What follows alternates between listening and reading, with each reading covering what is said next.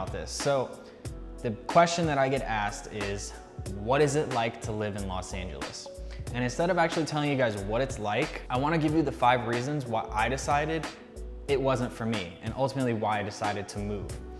So just jumping right into this, guys, reason number 1, it is overpopulated. There is so many people in Los Angeles, it's insane. It's literally like ants everywhere. When you drive by the freeways, any time of the day, especially the 405, I don't know about the eastern freeways, but the West Freeway 405 is famous for being known as the parking lot of America. Literally, you can drive by that road and almost any time of the day, it's gridlock. Keep in mind there's 6 lanes on each side, and I believe an express lane, so like 7 lanes in total. Gridlock, total stop and go traffic. Also, the 10 freeway, which runs east and west, pretty much the same thing. That one varies depending on like the time of day, but for the most part, that freeway sucks as well. So overpopulation, like I said, is a huge ordeal. I don't know the exact population over there, the number, the statistic, but it's a lot of damn people. So traffic ultimately becomes an issue when you have too many people in one area. So for me, the traffic was such an issue because I'm somebody who likes to move around. I don't like to be like stuck in my little pocket and I don't ever leave, I don't go anywhere, I just stay in my little city or in my apartment.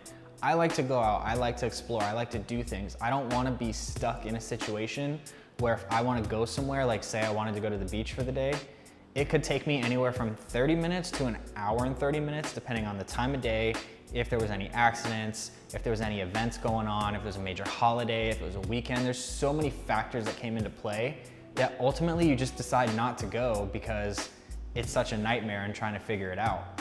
So ultimately you have to like commit your day around the traffic in that city. And that's just not something that I wanted to do. I found myself oftentimes going to Venice Beach, and then I found myself in the Valley, but I lived in mid-city, so I was always in traffic everywhere that I went. And for me, I didn't want to do that. You know, for me, it's just, it adds extra stress to your day that doesn't need to be there. So that's my number 1 factor, was the traffic. And I know you guys have probably heard this point a million times, but it is bad. When I tell you it's bad, it is really bad. If you don't believe me, go visit there, check it out, rent a car, drive in the traffic. Let me know what you guys think after that. Reason number 2 why I decided to leave was the cost of living. Guys, when I tell you it is expensive to live there, I'm not kidding. I lived in a studio apartment, 400 and something square feet. Literally, when I say studio apartment, I mean there's no bedroom, there's no living room, there's no kitchen, it's all in one. Your kitchen is your bedroom is your kitchen, your living room is your bedroom. It's all one room. I did not have a washer dryer, and I had a miniature dishwasher as well, as like half the size of normal. Keep in mind, I was paying over $1,600 a month for this studio. So put that into perspective of where you live.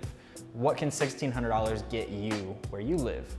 Or where I currently live here in Las Vegas. I don't pay anywhere near that, and I have a bigger space. I actually have a living room, a kitchen, a bedroom, washer, dryer. I have all the amenities that you would come to expect in an apartment. So when I was in Los Angeles, a very common situation was people had not 1 roommate, not 2, but like 3 roommates. You had people that were paying over $1,000 a month to be living in a situation where you're in a crowded 1 or 2 bedroom apartment with 4 people. So 2 people were sharing a room. There was somebody sleeping in your living room.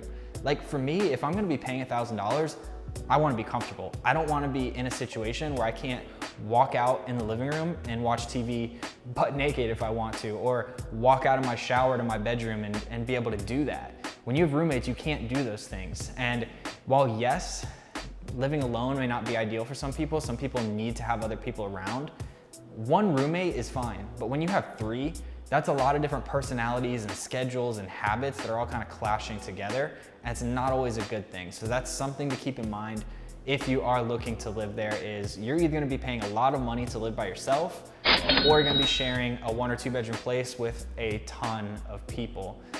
In addition to the rent costs, you have so many taxes there. You have a state income tax, which is the highest in the nation.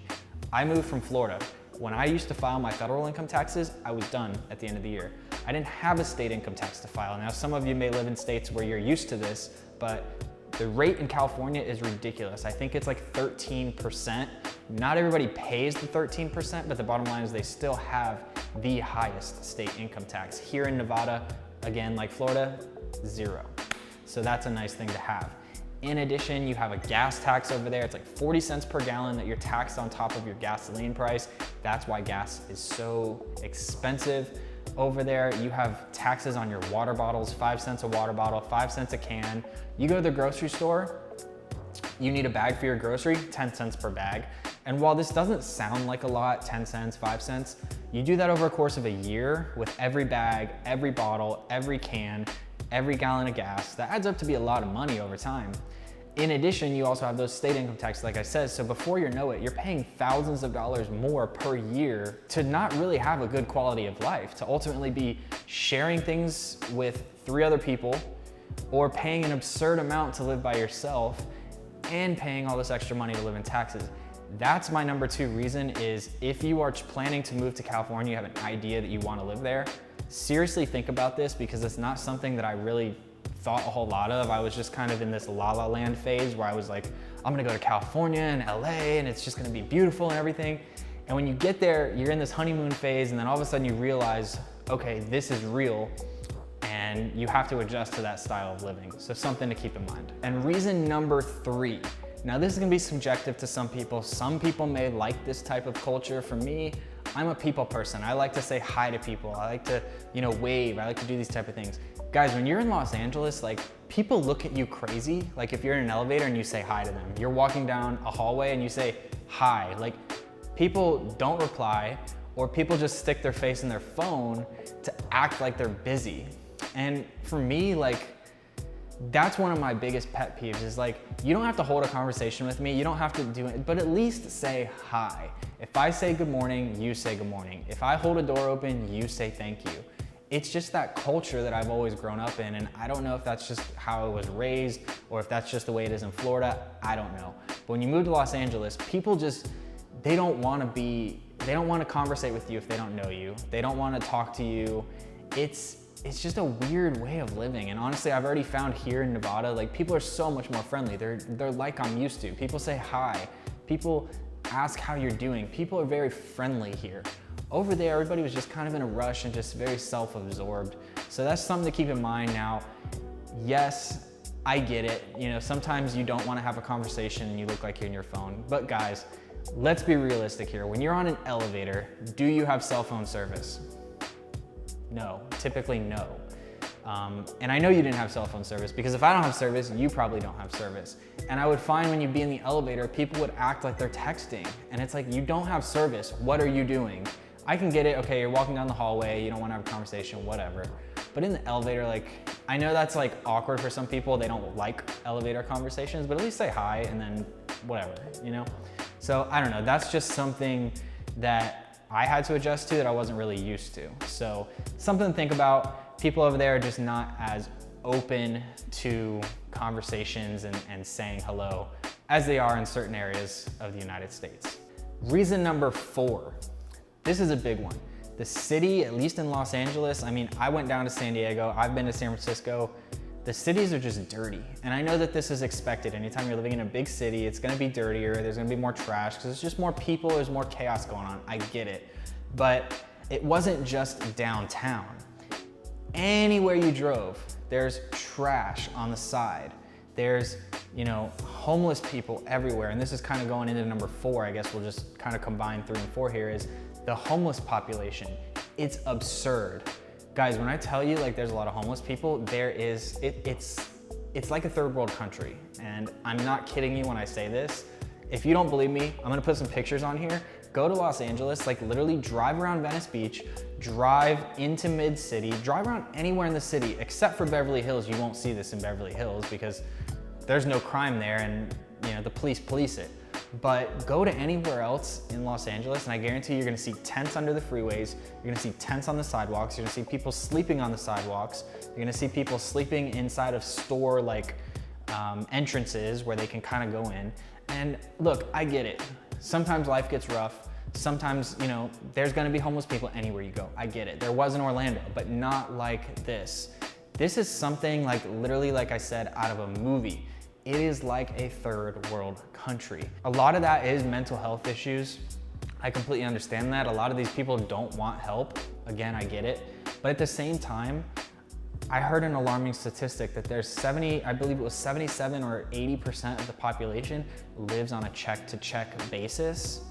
So guys, before you start judging a homeless person, before you start saying, oh, well this, or they did this and they did that, if you were to go without 2 checks, would you be able to sustain yourself? Honestly, without no help from friends, family, you had nobody else, would you be able to?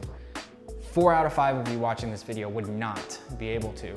So you can't look down on it in that aspect.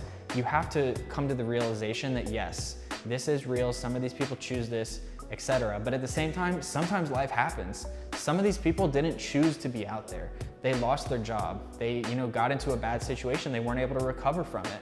And they can't afford to live there because again, the affordability of the place is insane. I mean, even if you work a 40-hour job, for 15 bucks an hour, for you to pay $1,600 in rent or even $1,000 in rent on top of maybe a car payment, car insurance, and food, it's almost like not even possible. So the funny thing that I found was a lot of people who lived there in LA would kind of turn a blind eye to it. They'd be like, oh yeah, that's just the norm. Like, no, it's not. Maybe you need to get your head out of your ass and maybe you need to go visit some other cities and kind of understand that that's not normal. That's not normal to see the amount of homelessness that there is in that city. So that's another thing for you to think about as far as like safety, cleanliness, because again, with the homeless becomes trash, there's shopping carts, they carry around bags of just junk. Sometimes the bags break and then all the shit just falls all over the place. And shit, literally, I mean, they have to still relieve themselves. So there's, the issue of cleanliness with that as well. So that's reason number 4. All right, and reason number 5, guys, is more of like I guess a fear aspect. Not really fear, but just the fact that I don't want to be in it. California is known for earthquakes. That state gets multiple earthquakes pretty much on a daily basis. Now, they're not all massive, I was there and I felt 2 of them while I was there. They're like a 3.5, nothing crazy, but enough for you to feel it. And it was enough for me to catch me off guard and get me pretty nervous, honestly. And their last major earthquake was like 1994. They've been saying for a long time that they're overdue for that big earthquake. And I know that I don't want to be there when that happens. There's a few things that go wrong in an earthquake. Number 1, it's scary. Number 2, you could potentially lose your life. Number 3, fires and everything else starts to break out. Number 4, chaos comes with that. Crime comes with that because of businesses not being able to be open and function. You can't get access to food, water, etc. because again, the businesses might not be open. And I don't know. I don't know when it's gonna happen. It may not even happen during my lifetime. I have no idea. And a lot of people say that's not something that you should really worry about. Well, you say that until it actually happens. And I know I just don't want to be there when that happens. So that was an actual deciding factor for me, was the fact that I knew moving there that could potentially happen. But once I felt those couple earthquakes, and then I've seen the earthquakes in Mexico and the other ones that happened this year and the devastation that they cause, I just did not want to be involved in that, because when that happens, that city is going to have a big crisis on their hands. All right, guys, so that is basically my top 5 reasons why I decided to leave Los Angeles. Now, it may be for you. Maybe, you can look past these things and maybe you can enjoy it. Maybe you have the extra income to just give your money away to the California government. I don't know. But for me, I didn't want to pay all that money in rent. I wanted a good quality of life. I wanted to be able to go out and enjoy myself. I wanted to be able to work, but also enjoy myself and not be giving all my money towards rent and to the government. I want to use my money for me. I want to use my money to build my business, to build myself, to do the things that I want to do. And a lot of people say, well, just make more income. Yeah, you can, but again, state income taxes are crazy over there. So at the end of the day, you're just paying that tax to live there. You're giving that state extra money. And honestly, I couldn't justify it. I was not going to the beach every day. You have this this outlook on California, like, oh, you're gonna be in Hollywood, and you're gonna be in the hills, and you're gonna be at the beach, and you're gonna be having all this fun. It's not like that. When you actually live somewhere, it's like when I lived in Orlando. People think that you go to Disneyland every weekend, or Disney World. You don't. You know, when you live somewhere, it's completely different. You're working, you're doing the things that every day that you normally would do. So just think about these 5 things before you actually pull the trigger. I know if you see social media, you see YouTube, you see all these people flocking to California, and honestly, there's a lot of them that leave because of these exact reasons. They go there for a year or 2, they maybe make some connections, they do what they need to do, and then they get out. There's a saying that I once heard, honestly, and it's actually a really good saying, and it applies to me as well, is you use California and then you leave. You use it to network, you use it to meet people, because again, there's so many people there, you can meet anybody that you want.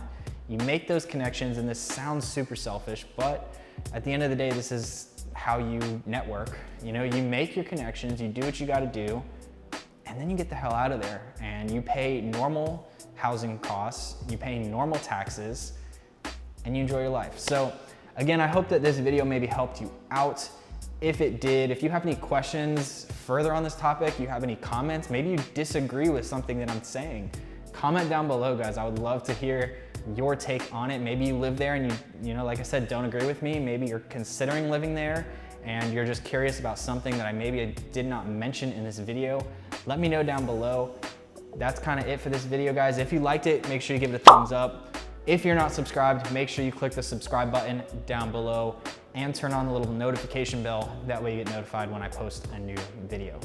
Thanks for watching, guys. See you in the next one.